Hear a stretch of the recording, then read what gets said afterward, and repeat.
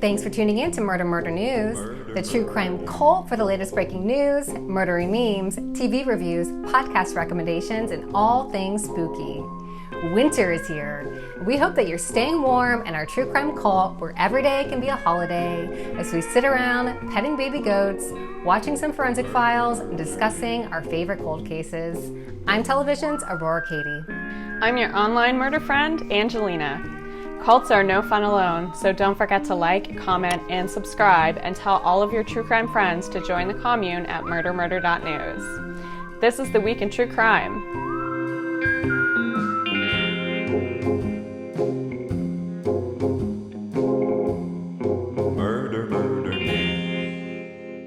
We have a special episode for you today as we are joined by Jon Chrymes, the amazing true crime YouTuber, writer, director, and blogger. Jon explores true crime cases with a very unique perspective, and each of his episodes feels more like a well-researched mini-documentary than typical YouTube or podcast true crime coverage. His channel is my absolute favorite, and we could not be more excited to have him here today. Let's welcome Jon Chrymes to the show.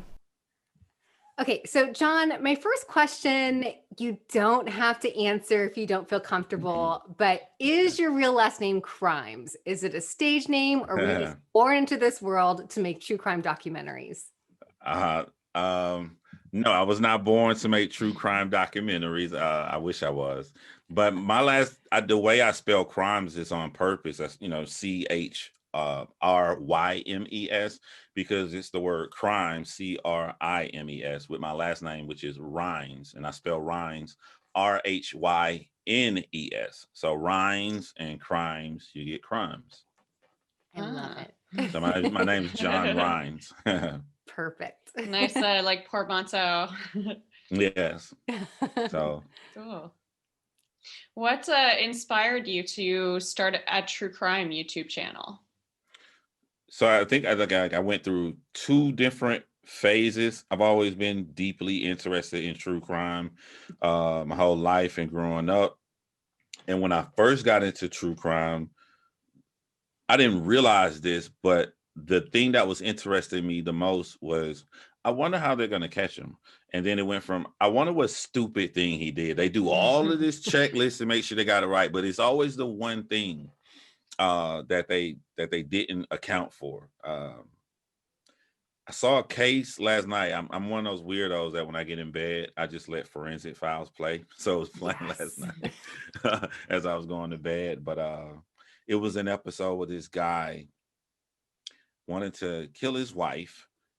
So he called another guy over and then shot that guy and then shot his wife and made it look like the intruder killed his wife. And the one thing he didn't account for was the note.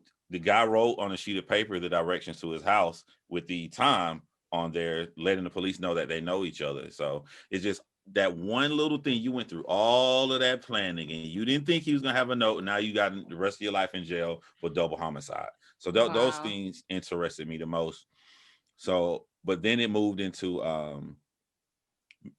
randomly a true crime channel popped up on my YouTube, and that was Kendall Ray. And I was like, oh, wow, somebody's doing this on YouTube. And I didn't know there's other people. I thought it was just Kendall Ray.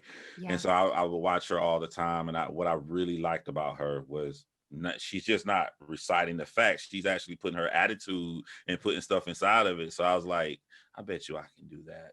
But I'm not gonna don't step on anybody's toes, but I bet you I can do that. And I kind of backed away couple years or a year and a half.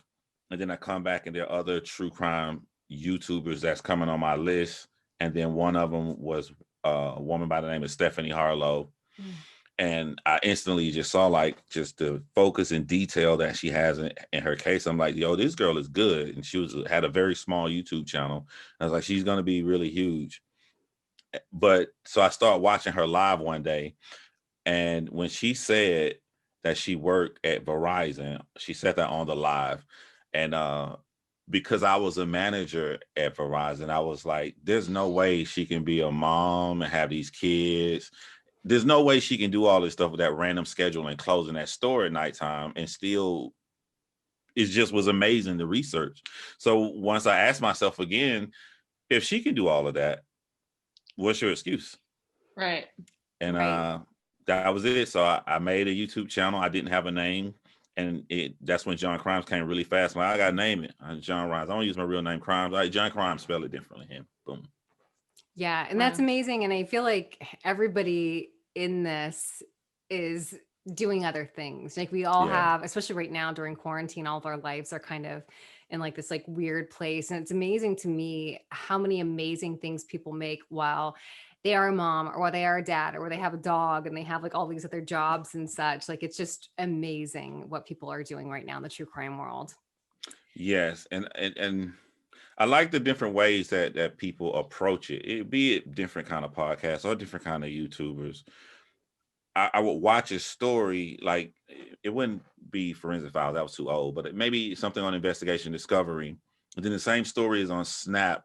And it took me like 15 minutes into the episode to realize this is the same case because they had covered it so differently. Yeah. And I thought that was awesome.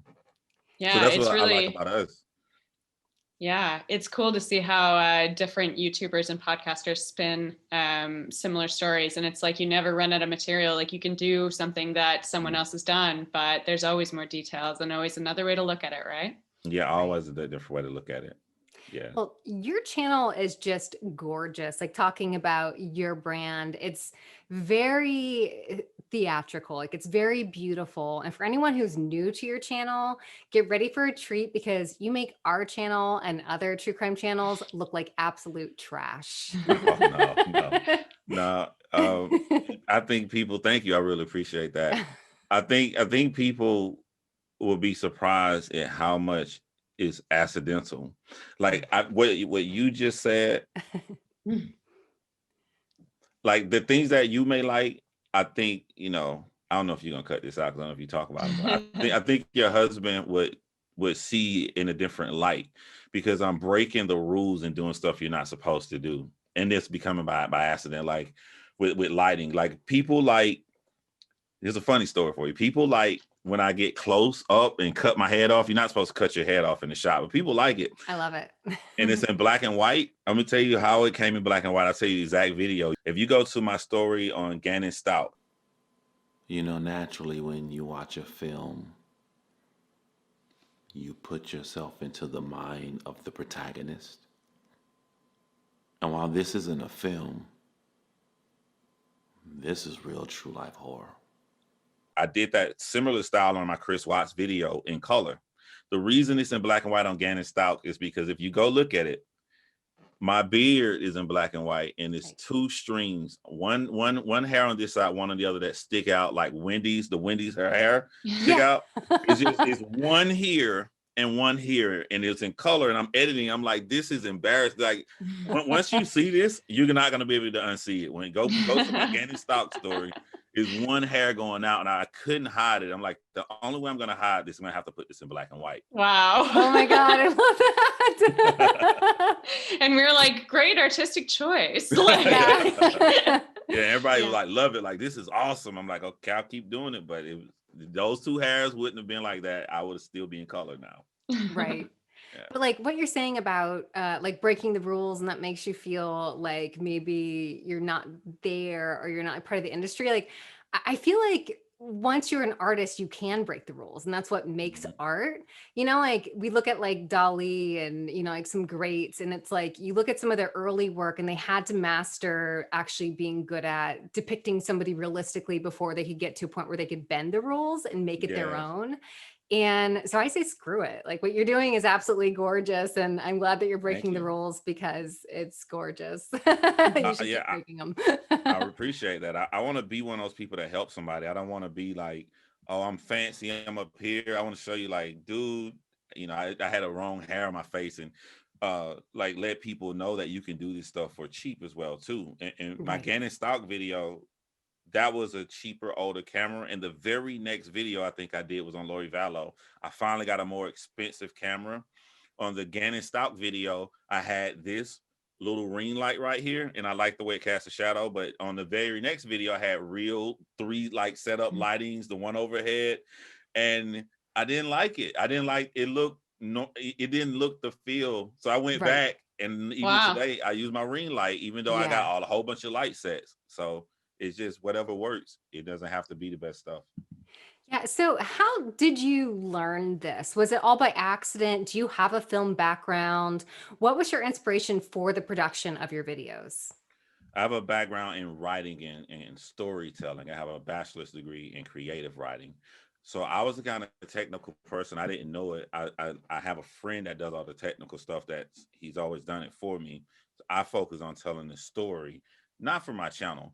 So everything you see on my channel is me by accident. I will use two camera angles because my daughter was watching her Disney. It was a Disney commercial of a TV show, and the girl was like, "Yeah, watch my show tonight on Disney." And then I had a little camera on the side, and it was filming her. Uh-huh. But when the way you do that style is the second camera comes in for like 5 seconds. But since my memory was so messed up from it, I didn't remember it. I would do both equally, y'all. So Right. it was another accident, and people like that stuff. So I didn't have any background. When I made my first video, I had a Canon T3i for over 10 years. I rarely used it for photos because I wasn't a photographer. And I only knew how to hit record. I didn't know what different camera lenses were, wide. I didn't know anything at all. I took the kit lens and the T3i and I would hit record and I would move it back and forth so it wouldn't be blurry. I didn't even know my camera had uh like autofocus or anything like that on it. Right. And even when I got upgraded and got a better camera, I didn't even know about the iFocus. So I'm still using manual focus on cameras that people are buying because of the autofocus. I literally knew nothing. And I had to stay up late on YouTube and watch hundreds of videos from people who have big YouTube channels on cameras. And I just watched relentlessly and learned and played with all of this stuff until I figured it out. Awesome. All of this happened during Jon Chrymes. So from the first video, I learned through all into what you see now. Right. Always Such a learning. learning process. Yeah, totally. We feel the same. Yeah. What piqued your interest in true crime? Is this something you've always been into? I know you have a background as a fireman. Could that have played a role in your interest? No, the interest was just pretty much just watching the cases or whatever. When you got a real interest, you don't really know where it's coming from until you look in hindsight. Mm-hmm. Uh, like I said, like when I was a firefighter, I didn't realize how much I had got caught up on the Scott Peterson case. Mm. And now people are getting all at one time, but when it was happening live, it took months before they found Lacey Peterson's body. So I'll be working on a fire truck and or cleaning out the fire truck in the morning, make sure everything good. And I'll be trying to find ways to leave everybody and run back in the day room to watch because it was on the news like all that morning. I forget what channel. I think it was Court TV back in the day. We're talking like early 2000, but I was always super interested in this stuff more than normal people. But something was, I don't know if it was changing in me, but I just knew on the surface, I wanted to see how that's going to catch the person. But under the surface, it was this dude is freaking horrible. Like these Yeah. are some really wicked people on earth, and these Mm-hmm. people are losing their lives shortly. And like all for what? Like I was always like, what is this for? Like, why did you go to this point to end this person's life because you want to date him and you don't want to be? You could have just left, and now you're gonna Mm-hmm. spend the rest of your life in prison. That was brewing under, and I think that completely took over where I didn't even care about the aspect of how somebody got caught. It was all about just the victim when I got into this case of this father murdering his two daughters in the back of his cab, Mm-hmm. uh, of Sarah and Amina Saeed. So when I finally made my channel and I was like, well, what video am I going to do first? And I was like, oh, I got to do that. That got to be the one. Wow. Right. And on that note, you really do find some interesting cases that might be new for some people in the true crime Mhm. community, even. So, what is your process like for finding cases to cover, and how do they end up on your radar? Whatever makes me mad, and that's in whatever, if you look at Vera Joe Regal, I'm watching, that was a weird documentary, no disrespect, it was just a different documentary that I was watching, but under it all, I was like, how can somebody life be this bad and somebody can just treat somebody? So when it's that horrible, you walking around and this is on your mind all day and you're thinking about it. So if you're thinking about it that strongly, you're gonna do it.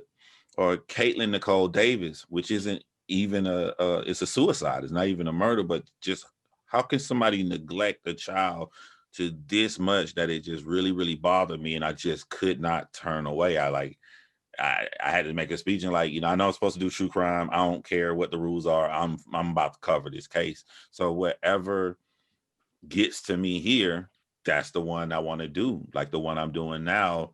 My audience and everybody is telling me they like the Zach and Addie video I did, and they want to know the Zach and Addie part 2. So Love that one. thank you. It kind of makes me I'm gonna give you what you want and do the Zach and Addie quote unquote part 2, but I really don't like that. I don't like that this woman is dead and she don't know Zach and Addie. She never met him in her life. I don't like that her life is hidden beyond that. So I'm gonna give you what you want, but by the time it goes off, we're gonna make her important and Right. tell, let her story be told. Mm-hmm. So it always comes from here. There's no my audience probably gets mad at me if I say I'm going to do something, because I don't go off a schedule, so I can't say I'm gonna do something. I'll get ready to do it, and then I'm like, yo, they threw a kid in a swamp and left him there. I want to do that. I'm going to do that now, and I just totally don't do what I said I was going to do. So I really appreciate the tone of how you cover these cases. Like the true crime community is kind of a mixed bag of everything from comedy to sometimes even being exploitative. yeah. What's your mindset for telling these stories? Because it always feels so respectful and from this place of getting in the mindset of the victims and stuff like that. Right. Yeah. So, and I had this conversation with Stephanie. Most of these stories, even not even the YouTubers and not even people on podcasts, it can go all the way to Investigation Discovery and Discovery Channel, wherever you're watching these cases, or even Nancy Gray real live news cases. Mm-hmm. They name it after the killer. Let's watch the Lori Vallow trial. Right. Like, what about the victim? Like, you're forgetting the person that is no longer here. And the fact that they're gone and their life has been stripped away is the only reason that we are here in the first place. So that automatically takes over, and I automatically put myself in their shoes. And when I mean automatically, I mean literally, because it's such the right thing to say, make you sound like a good person. I put myself in the victim's shoes.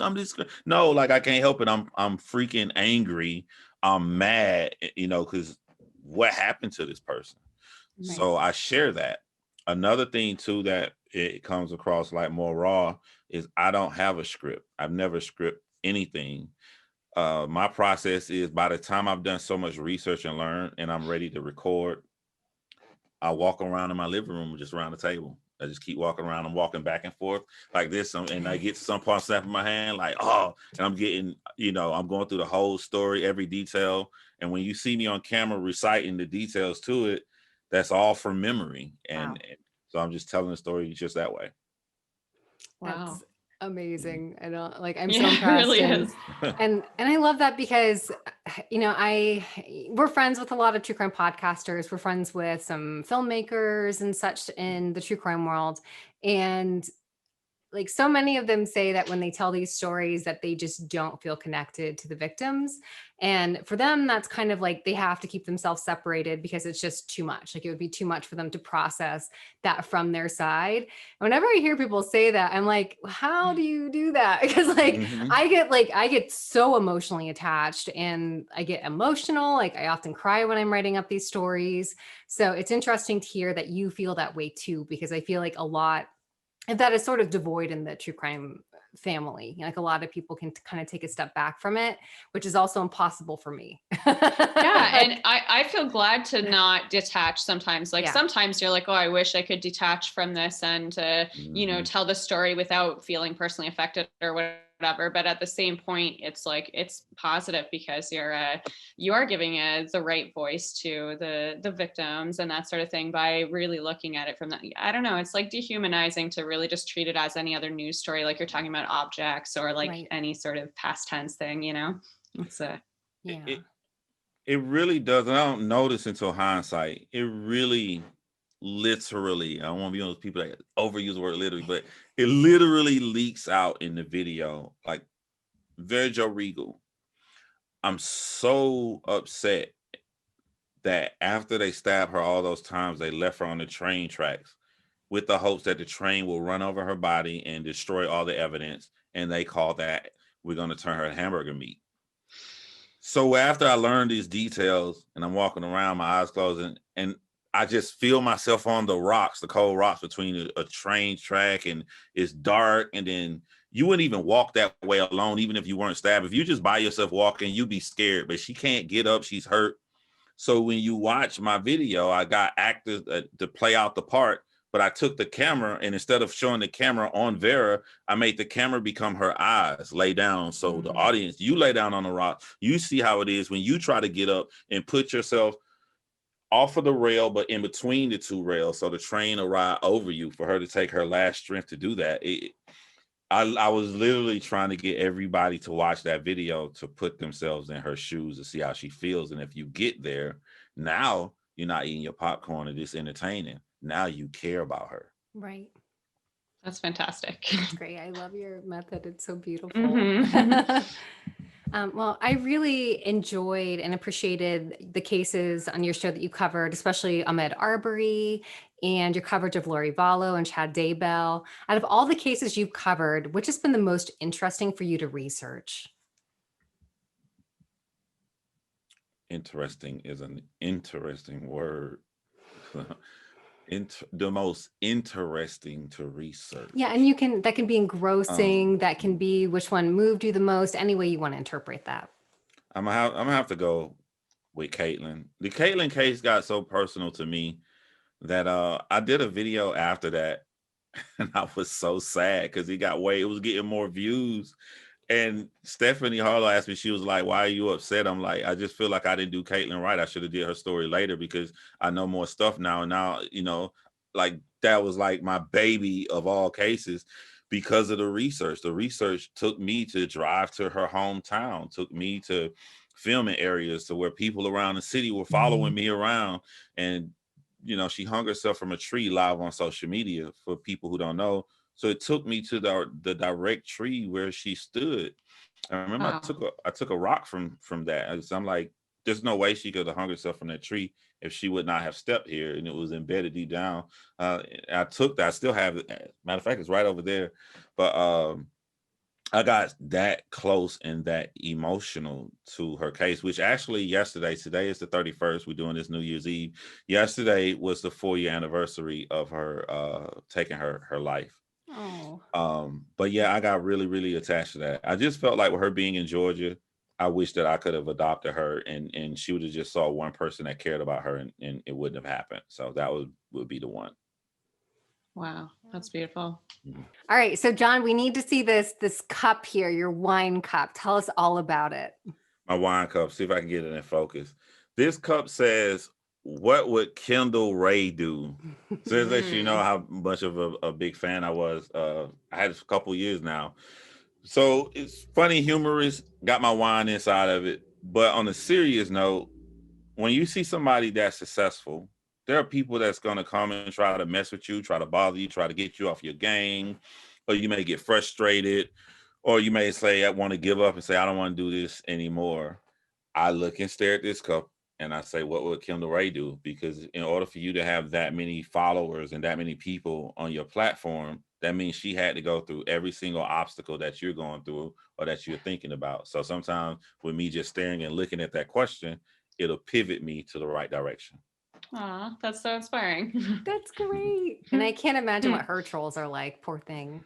Yeah, Oh my God, that'd be so much to filter through. Yeah. We want to be able to direct our viewers to find you and support you on all your platforms. So where can our viewers find you on social media? So you can find me on Instagram at Jon Chrymes. That's JonChrymes. And then I think the Twitter handle, I couldn't get the name Jon Chrymes. So it's J Chrymes at J Chrymes on Twitter. And of course, the YouTube channel, Jon Chrymes. Perfect. John, it's been such a pleasure having you. We really appreciate your insight into all of this. Thank you so much for joining us. And again, I'm sorry we're such like trash compared to you. No. We all here, man. We all here. Like I love you guys, and I told you I'll be there. So anytime you need anything, I'm here. We love your style. It was so great meeting and chatting with you. Anytime. Thanks so much for tuning into This Week in True Crime with Murder News. If you haven't already, hit the subscribe button below, give us a thumbs up, and tell all of your true crime friends. Help support Murder News by signing up our commune at murdermurder.news, and your $5 a month sponsorship helps keep the true crime lights on. It helps us produce our weekly show and help support our amazing writers that keep you up to date with the latest breaking news every day on murdermurder.news. And don't forget to follow us on Instagram, Twitter, Facebook, and TikTok. See you next week.